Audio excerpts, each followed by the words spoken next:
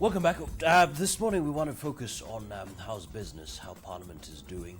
Of course, we're still in that season of transition. So a great deal of problems are bound to be experienced. We've seen party politics playing a huge role when it comes to decisions being made. We want to find out about the performance of members of Parliament, including quorum. And to tell us more about that is Honourable Kabando-MP Mukuruweini, Member of Parliament. Welcome to the Power Breakfast. Thank you very much. Of course, we heard you. We had you earlier on here on the Power Breakfast show. We asked this question about, party politics, and I'm going to start with this one concern from a viewer called George Otieno from Nairobi, just so that you clarify the matter. He says, I love watching some of your political programs, but Kabando talking of partisan issues is some kind of mockery of the matter. This would be the same as calling Jacoyo to talk about the ODM's failures. How will you respond to such a claim? In Parliament, obviously, we have party positions, and that's why parties are constituted. It is constitutional, it is legal. It is expected that a party has an agenda. And therefore, the agenda of a coalition is only executed by members through its leadership on the floor of the House and even externally. So that is perfectly in order for parties to have positions. That's how we promote democracy. That's how we promote ideology. And that's how we also practice competitiveness in politics. And Kenya is a competitive democracy. So people should not be very disappointed. It only becomes harmful when political partisanship goes against the public interest, non-public, collective public interest. Because sometimes public interest could be partisan also. It could be sectarian, could be ethnic, could be class, could be regional. But how public interest is described to be really common is a judgment also. But there are issues that are basically for national, not just public, national or state interest. I mean, any time we talk of national interests, of course we expect that any moment a member of Parliament speaks, he or she needs to represent what the public feels. But then the concern is any time a decision is made, we normally touch on tyranny of numbers. We're never thinking of the general perspective, the general interests of the public. How can we move away from always referring to tyranny of numbers? Any concern, tyranny of numbers? 99% of the parliamentary reports so far tabled and debated. And I say 9%, not with statistical diligence, but on my perception of what we have been doing has been bipartisan, generally speaking. Only in the politically emotional issues, pure political issues, have we seen the tyranny of numbers in place. And this is where we have the competition between the Jubilee and the Accord coalition, the two political divides in the House. But on very many issues, including the agenda that was executed yesterday, and an agenda that's being executed this morning, I can tell you, in the various committees that I'm aware of, there is no party positioning.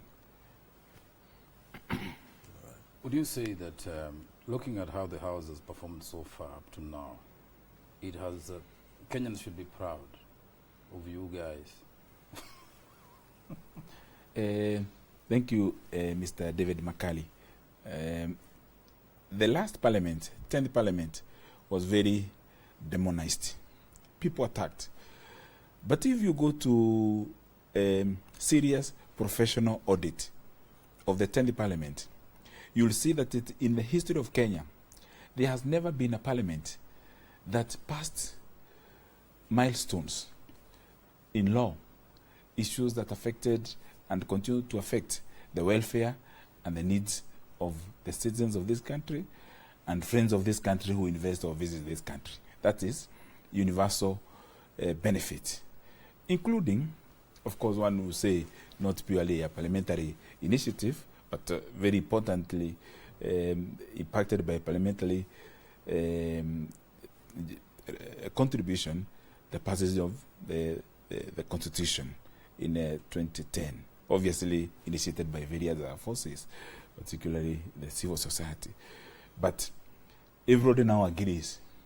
If you look at the speech that the retired president gave, Mheshimiwa Kibaki, at the exit of the 10th Parliament, when he spoke, and he enumerated the milestones that the previous Parliament did achieve, everybody was in agreement. But when you came to now looking at members of Parliament as individuals, or the membership of members of Parliament, yes, you'll talk about the contextual issues, which are very divisive, they are selfish, they are greedy, they are ethnic. Why I asked that is, you know, you have had a very short time serving.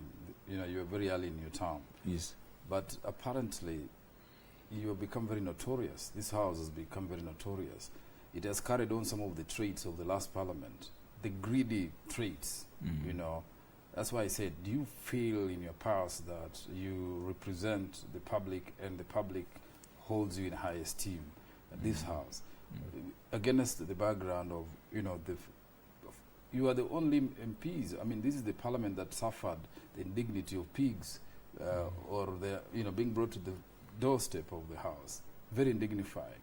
Is the one that has already, before, in fact, following up on that, wanting to remunerate itself in my opinion and many others, violation of the Constitution, desperation of those tasks.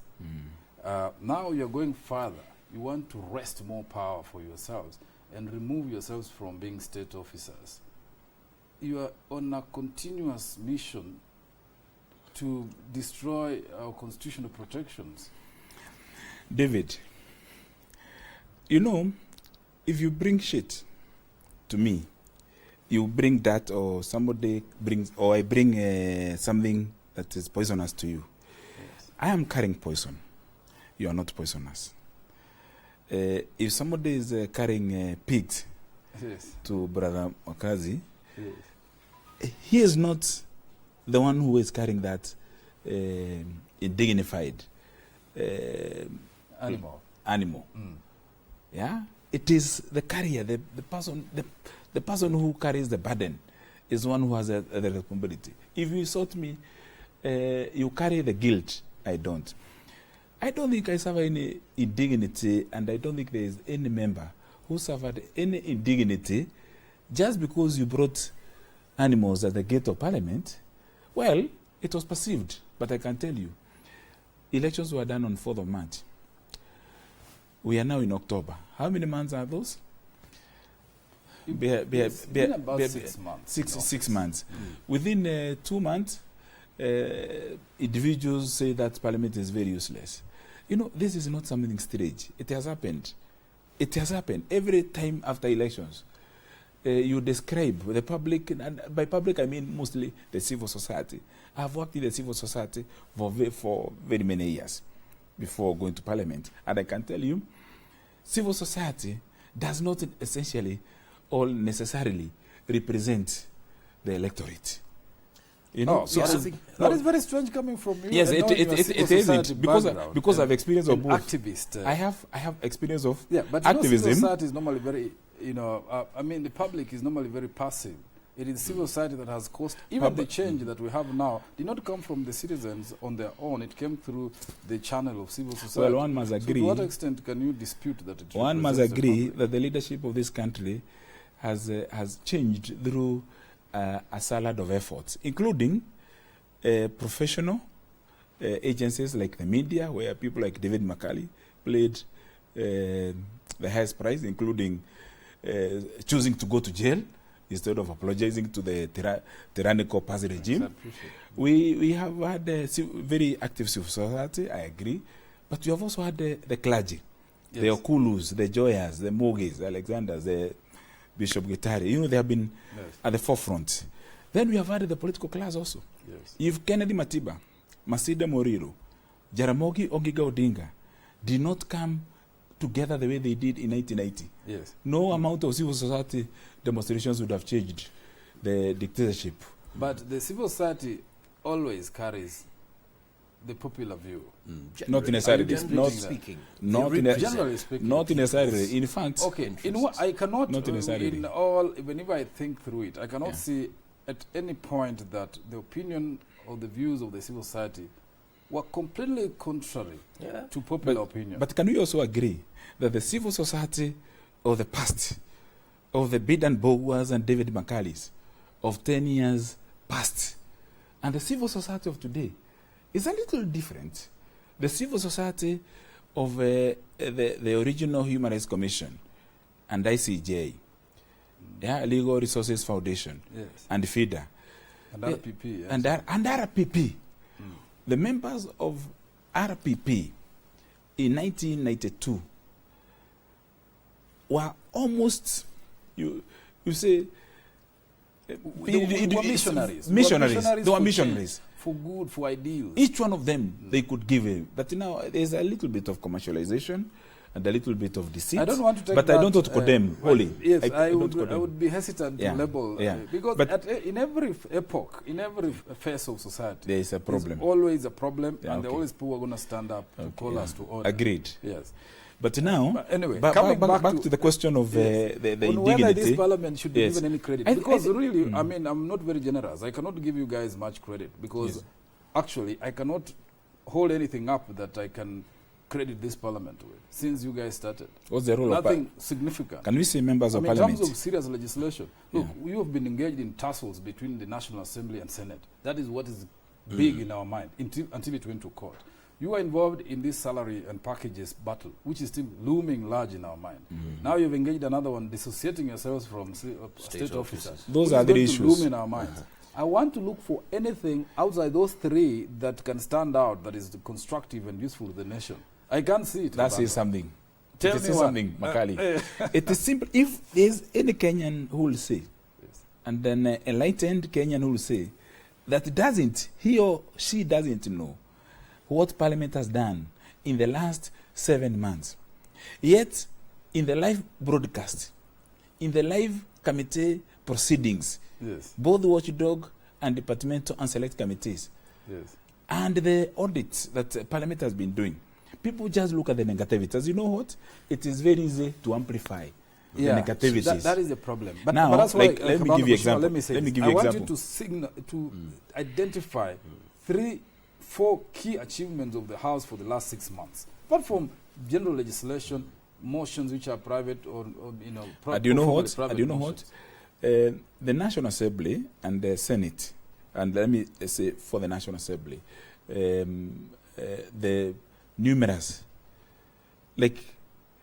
bills that have been brought before the House, is that people decide not to emphasize on the positive for this country. And I think what should embrace us, David and Mokazi, is some element of positivism for ourselves also.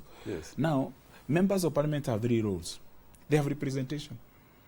Nobody will tell me that 7 months out of expected 5 years, you can rate somebody in a contract of 5 years that you have not performed in that role of representation in 6 months. It's not fair. Number two, oversight. You see, I'm sitting here. Last evening, up to 10 p.m., we were in an ad hoc parliamentary committee because of this social bill that's coming before the House, interrogated, going through clause by clause, ad hoc voluntary membership.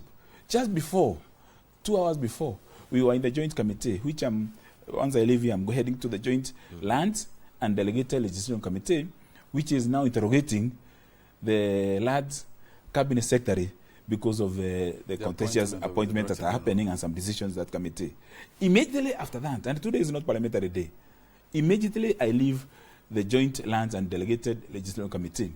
I'm driving straight to Naivasha to sit with the departmental agricultural committee, with the cabinet secretary and the principals, the 3 principals within the State Department of Agriculture and some stakeholders, including civil society, in order to interrogate expected legislation that will collapse or many of the state corporations, the parastatals within the agricultural sector, in order to streamline. Yes. This is only today. Yes. And I'm here also. This is part of representation. Yes. Okay. Now, the third one. The third one. Yes.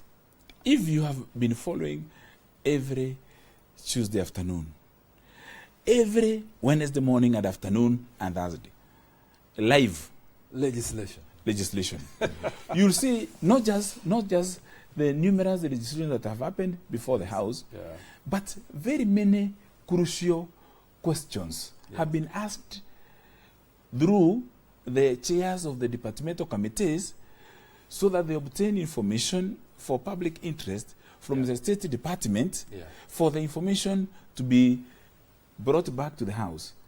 And this means, like yesterday, we are meeting the State Department of Agriculture again. Okay. To interview them. To interview. So the work you're performing. Okay, perhaps I overstate my position. I think you are doing work, but nothing stands out yet in terms of a huge leap that we can say Parliament did this thing. Can I ask? What would you expect? What would you expect? It's not routine. I mean, that's legislation. You got to look. It is. That's why we are employed. That's the truth. Because the concern here. What is the expectation?